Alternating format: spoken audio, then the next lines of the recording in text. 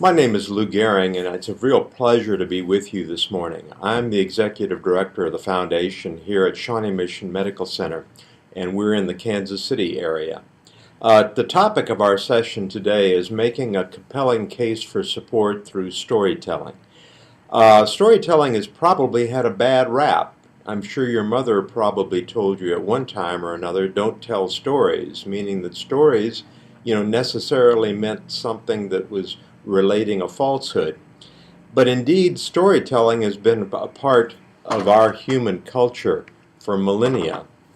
And indeed, probably even Venerable Homer was an individual who simply compiled stories that were an oral tradition that was probably many centuries old, and finally put those into form in the great books, the Iliad and the Odyssey, as a way of telling those stories in a written way. To illustrate the power of stories, this week, in fact, a violin, or actually a viola, is being auctioned at Sotheby's in New York. And it's a Stradivarius viola that dates from the 18th century.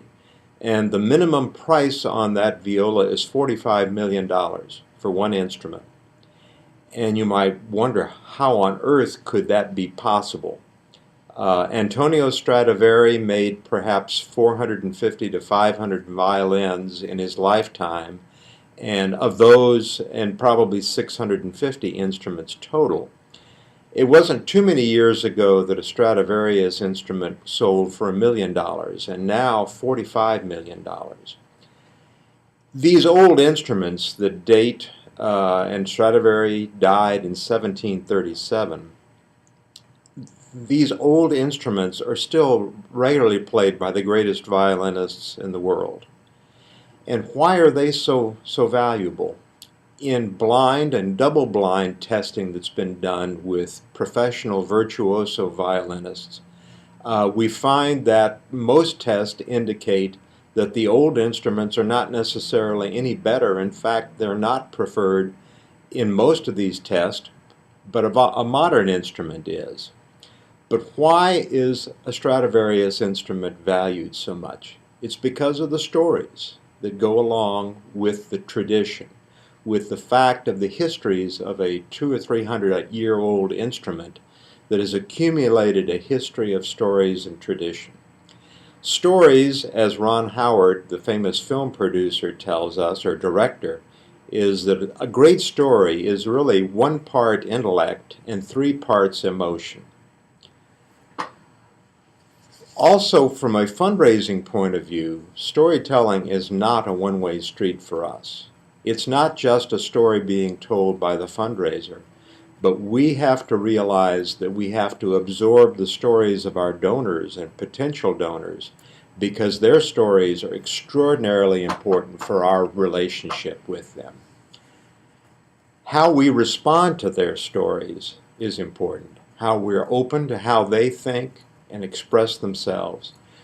We as fundraisers should ask simple, open-ended questions and to offer proof, indeed, that we were listening to what our donors tell us.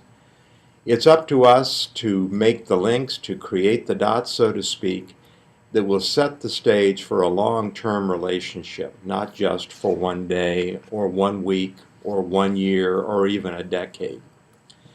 There are many types of stories, of course.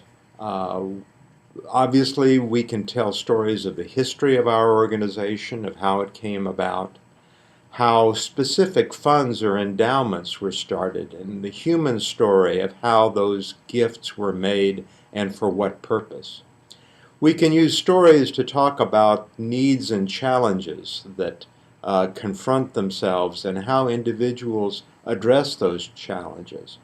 And those stories of gifts are extremely important.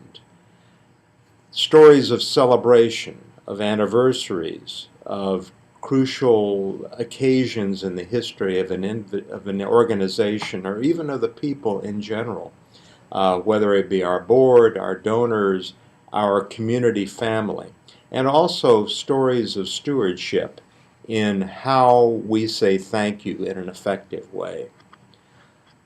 Giving is an extraordinary experience. It truly is.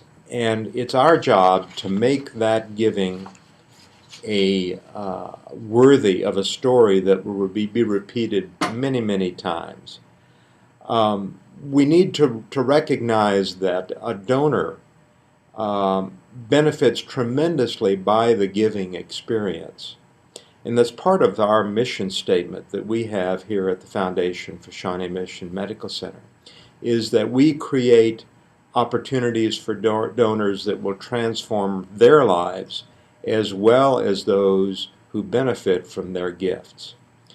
Another crucial, I feel, value is that how we recognize one donor tells other donors how we will treat and recognize them. And so that the stories that we produce, the stories that tell the story of recognition events and this type of thing, are a very keen indication to other donors of how we will treat them and recognize them and honor them. Also, the idea of getting donors on the inside track and planning is very important, because in many instances their ideas may be a lot better than ours. Stories truly build lifetime giving. And one thing that we all aspire to do is to make philanthropy a way of life in our organizations and with our donors, and to truly create a culture of philanthropy, in our case within the medical center with our associates, administrators, managers, our physicians, our nurses, but also a culture of philanthropy with our boards, with our donors, with our community at large. And stories play an extraordinarily important play an important part in being able to do that. A story can create energy and immediacy and need. It can also capture the wealth of human experience. And like anything, storytelling takes practice, but it can be learned. And this is an important skill for us as fundraising professionals. We as fundraisers are not strictly in the money business, believe it or not, but I believe truly in the inspiration business. Storytelling is a means to inspire, to motivate, to actually have individuals so moved that they are willing to give of their own time, but also of their own financial means, to be able to change other people's lives. I hope that this has been helpful for you today, but the next time you see or hear a story, think about it. Think about what the elements that make up a great story. The first portion of that being setting a stage to a situation, illustrate a situation with perhaps difficulties, where they be health difficulties, financial difficulties. Visualize it in your mind. What are the details that you can add to the story that give it life, that give some meat on the bones of it? How, in response to the difficult situation, the solution was brought to bear, and how maybe that solution was come about in maybe not a direct way, but indirect way. But then illustrate the final outcome, and then of seeing how that particular outcome can influence the future of your organization. The true meaning of community is that, in my mind, that all of us are in this together. Storytelling brings you together in a way that creates wonderful relationships with your donors and with your community. Thank you very much. It's been a pleasure to be with you.